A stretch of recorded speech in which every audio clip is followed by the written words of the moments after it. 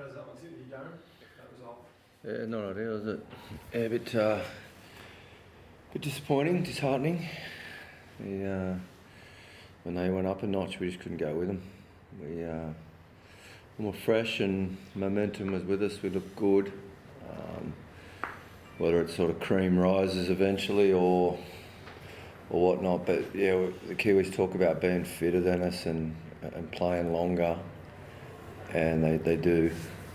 And we obviously just hung on against the Crusaders last time, but we couldn't hang on this time. So it's a good little reality check of where we are in comparison to them. So obviously I'll take a lot of that. We're just not at their level of I think condition to be able to stay in those fights right at the end. What clicked in the first half that pleased you so much? Obviously we got some great ascendancy in the scrum and that helped us out of a lot of situations, but when we're fresh and we were running with power, we were dominating contacts in both attack and defence, and that was sort of gave us the ascendancy. In the second half it was the other. They were running with power, they were making sort of metres post contact. We were sort of chasing our tail a bit there and felt a bit like quicksand there. Completely dominant in that first half. Darren, did you feel like you were maybe one try short at the break? Oh, I don't know. I thought probably 15 points was a fair sort of indication of that half. We were dominant, but I don't know if we were 20 points dominant. But I definitely said we did speak about we're going to need more than 15 to win it, and proved that we did, and we didn't get them. And the scrum, did you feel like you could have got a little bit more reward there? Oh yeah, we did it right out of it. I think you can. Yeah, there's a couple there. I thought we might have got penalty advantage, but yeah, it wasn't the reason we lost the game or anything like that. They were, whether we got those penalty advantages in the first half or not, and they were coming home. It wouldn't have changed the picture of the second half. They just came home too strong for us. Just going to say, on Izzy, it seemed a pretty nasty knock. Any sort of initial update you can give about how he is? Yeah, he's a medial ligament in his knee, so he'll go for scans tomorrow, but that looks like it's a pretty nasty one.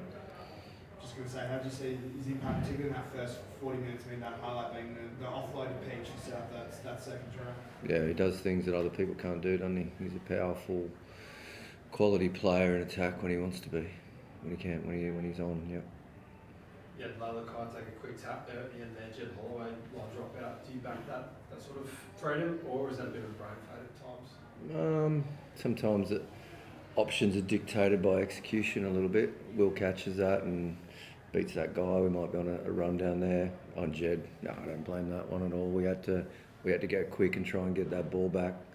He's obviously not a drop kicker, but he had a crack at it.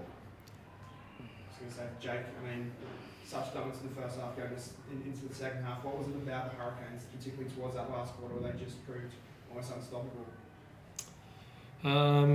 Yeah, I think they came out of the blocks in that second half pretty strong. They've got some really dynamic forwards around the ruck. They sort of get their hands free and look for offloads, and we had trouble sort of stopping their momentum there.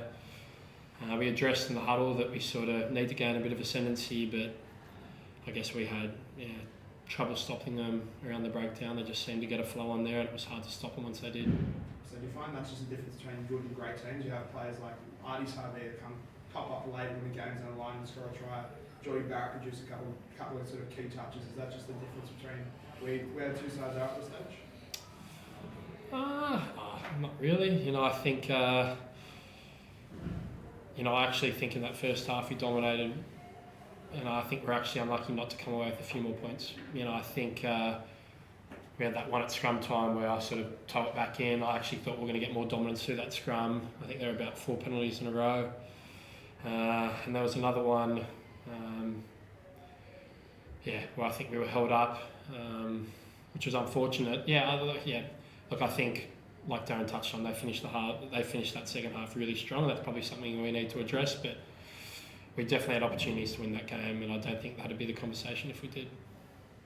Darren, what do you want the guys to sharpen up on? 2 games to go, probably maybe down to 6 if the Chiefs get it done tomorrow. Yeah, I think now you potentially say the top four might be a bit of a stretch now if the Chiefs continue on. So there's no real advantage between 5 and 8. You're going to play a good team and you're playing them away. So we'll just see how the last two games roll out. Well, I guess probably the biggest thing is guys have got to, I guess, take it on themselves to step up and change momentum when we lose it.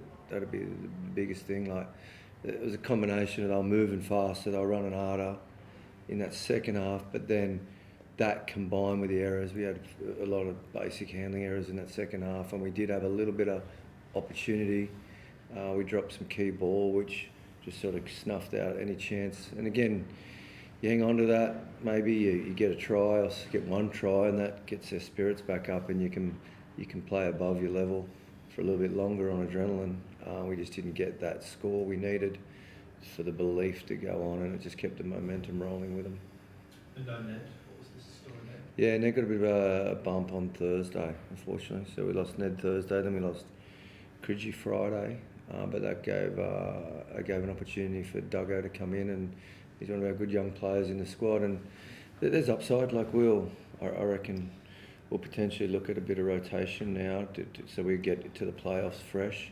We'll look at some guys that can get some bigger minutes. We've been relying on some players to play probably more than they would in a normal squad. So we'll give some other guys some opportunity, game match experience, freshen up some fellas, and see how we go off the back of that.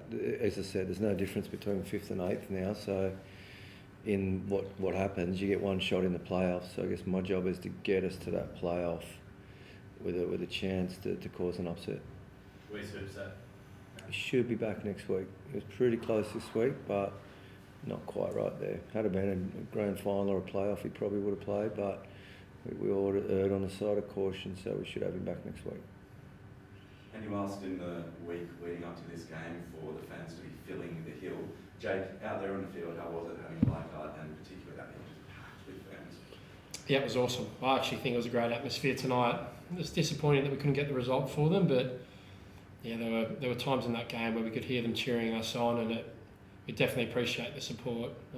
Especially after last year where we probably weren't deserved of the crowds, and I feel like this year, we're disappointed with the result, and we feel like there's a lot of growth left in us, but I still think we lost that game. They scored 64 points against us last year in round one of that New Zealand comp. As much as we're disappointed to hold a quality team like that to 24 points, with plenty to work on, I think it's still exciting. All good. Thanks, Bruce. Thanks, guys. Good on you.